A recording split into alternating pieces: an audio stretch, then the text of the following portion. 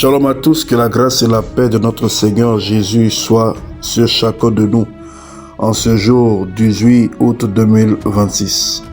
Soyez les bienvenus à notre programme Paraclésis et l'exhortation du jour a pour thème persévérer jusqu'à l'exaucement. Persévérer jusqu'à l'exaucement. Notre texte de base se trouve dans Hébreux, le chapitre 10, les versets 35 à 36, qui nous dit ceci: n'abandonnez donc pas votre assurance à laquelle est attachée une grande rémunération, car vous avez besoin de persévérer afin qu'après avoir accompli la volonté de Dieu, vous obteniez ce qui vous est promis. Alléluia. Alléluia. Nous allons nous accentuer sur un mot, persévérer.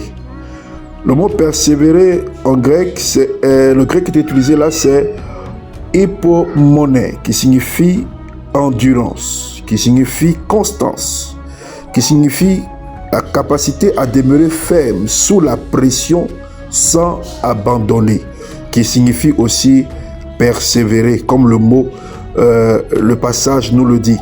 Donc le mot vient de l'idée de rester de tenir sa position malgré le poids, malgré l'épreuve ou l'attente. La hypomone biblique n'est donc pas une attente passive.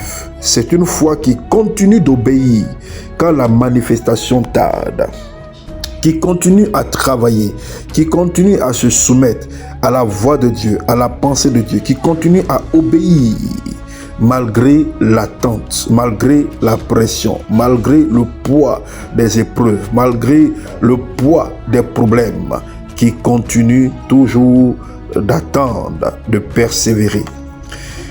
Il existe une période difficile entre la promesse et sa manifestation. Vous savez, je dis souvent aux gens, il y a le temps de la promesse et il y a le temps mis entre la promesse et son accomplissement qu'on appelle le temps Kairos, et il y a le temps de l'accomplissement qui est appelé le temps Kairos, qui est le temps opportun, qui est le temps de l'accomplissement. Dieu a parlé, Dieu t'a sûrement donné une promesse, Dieu t'a sûrement dit quelque chose par révélation. Peut-être que Dieu t'a promis un enfant, peut-être que Dieu t'a promis du travail, peut-être que Dieu t'a promis la percée, peut-être que Dieu t'a promis un grand ministère. Tu as cru, tu as prié, tu as obéi, mais tu ne vois toujours rien.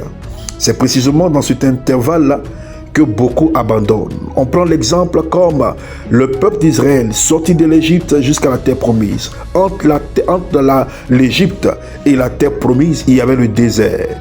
Et cela a pris du temps. Il y avait des lieux à contourner. Il y avait des défis. Il y avait des combats. Il y avait des ennemis à affronter. Mais comme nous le voyons, tous ceux qui sont sortis d'Égypte sont restés dans le désert.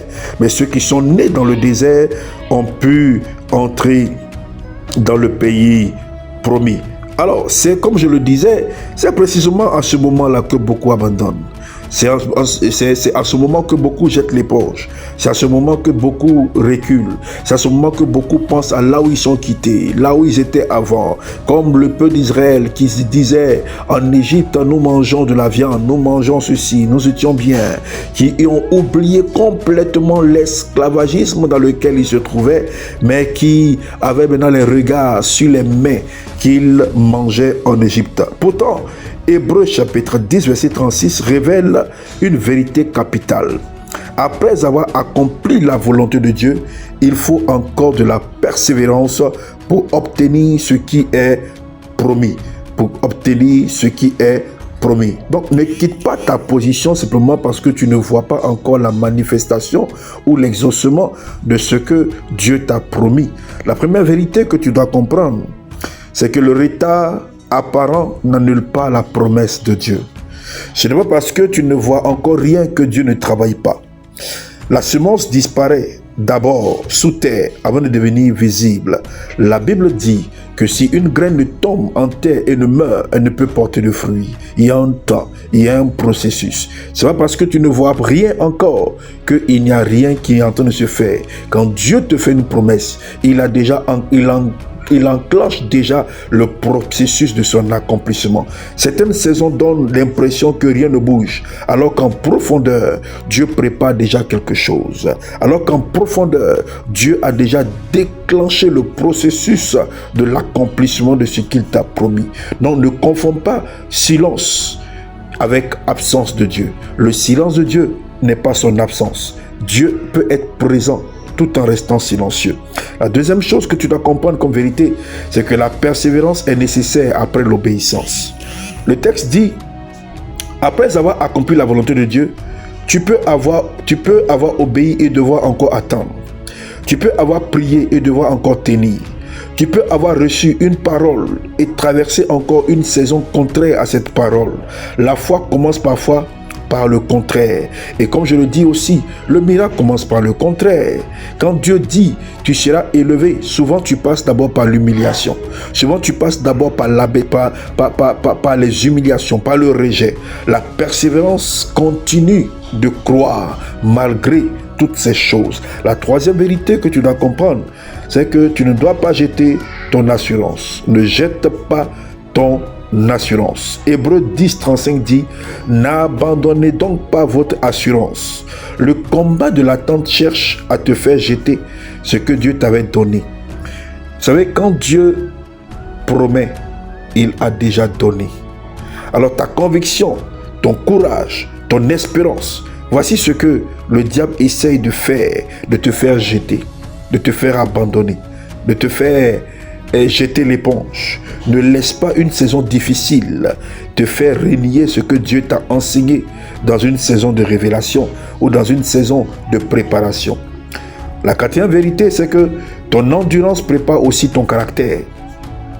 Certaines promesses exigent que Dieu travaille non seulement pour toi, mais également en toi. Vous savez, je le dis souvent, lorsque Dieu t'a promis de porter 100 kilos et qu'au moment où il te fait la promesse, tu ne peux que porter 20 kilos, Dieu va te former, Dieu va te briser, il va travailler de sorte que tu sois capable de porter les 100 kilos. Parce que si tu n'as pas préparé à cela, quand tu porteras les 100 kilos vont t'écraser. C'est pourquoi beaucoup de personnes, après une élévation, après une bénédiction, ils se perdent, ils sont détruits. C'est comme si ce qu'ils ont reçu comme bénédiction était pour eux une malédiction en réalité. Alors Dieu, pour lui, ta durée, ou disons le temps dans lequel tu seras dans cette bénédiction est plus importante que la bénédiction elle-même.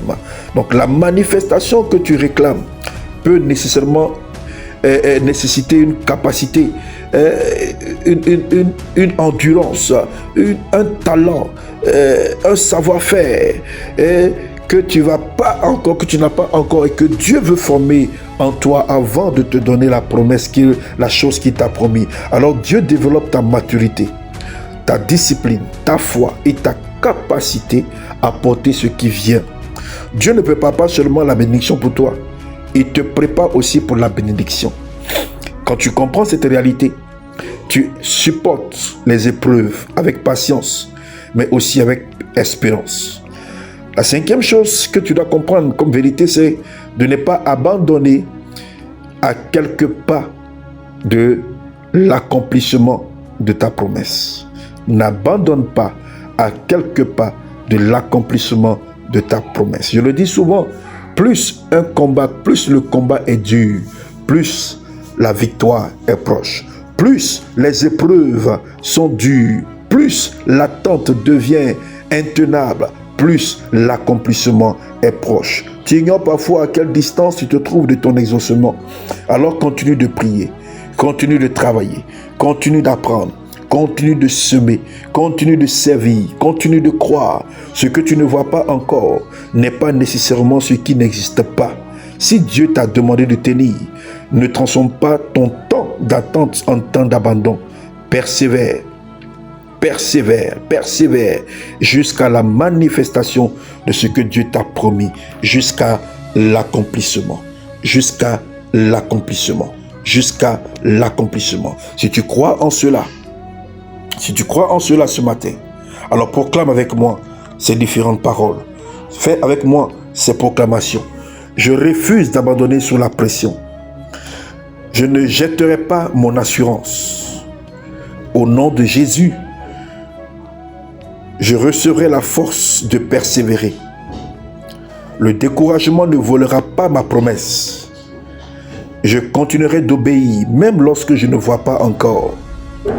Je persévérerai jusqu'à la manifestation de ce que Dieu a promis. C'est pourquoi, si tu crois en ces déclarations que tu viens de faire, je veux t'inviter à faire cette prière avec moi. Père éternel, au nom de Jésus-Christ, fortifie-moi dans les saisons d'attente. Lorsque je suis fatigué, renouvelle mes forces. Lorsque le découragement vient, rappelle-moi ta fidélité. Donne-moi la hypomonée, cette endurance qui refuse d'abandonner. Je ne jetterai pas mon assurance et je ne quitterai pas ma position. Je persévérerai jusqu'à la manifestation au nom puissant de Jésus-Christ. Amen, Amen et Amen. Si tu as été béni par ce message, si tu n'es pas encore abonné, abonne-toi, partage autour de toi, active la cloche de notification et que Dieu te bénisse. À très bientôt. C'était votre serviteur, le pasteur Gaillet Patrick Stéphane. À bientôt.